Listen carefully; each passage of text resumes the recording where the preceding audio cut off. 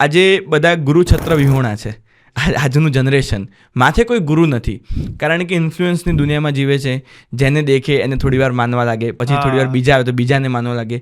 જે ગુરુ પરંપરા, ગુરુ આમના સાથે આપણું ભારત સચવાયેલું હતું, જેને વિશ્વ ગુરુ કહેવાતું હતું, જેમાં રાજ સત્તા ઉપર પણ ગુરુ સત્તા અને ધર્મ સત્તાઓ હતી, એ ગુરુનું આપણો દેશ છે, એ ગુરુની પરંપરાને આમનાય છે. તો બસ ગુરુ સાથેનો કઈ રીતના સંબંધ ગાઢ બની શકે, તો ગુરુનું આદર સન્માન એ ગુરુને સાચવે છે. અને જ્ઞાનનું અપમાન જે લખેલા ઉપર આપણે ખાઈએ છીએ ઘણી વખત. હા, લખેલું કાગળ હોય, પેપર હોય, હોય પેપર કે ઉપર હા. ખાવું, પેપર ઉપર બેસવું, આ બધું જ્ઞાન છે, એ જ્ઞાનનો અનાદર છે. તો એ બધું ગુરુ સાથે જોડાયેલું છે. એટલે ગુરુ પર્સનાલિટીનો કારક છે, ગુરુ વિલ પાવરનો કારક છે, કોન્ફિડન્સનો કારક છે. એ ગુરુ વીક થાય. આપ જ્ઞાનનું અપમાન કરો, જ્ઞાનીનું અપમાન કરો અને જ્ઞાનના સાધનનું અપમાન કરો, એટલે આપનો ગુરુ વીક થઈ જશે.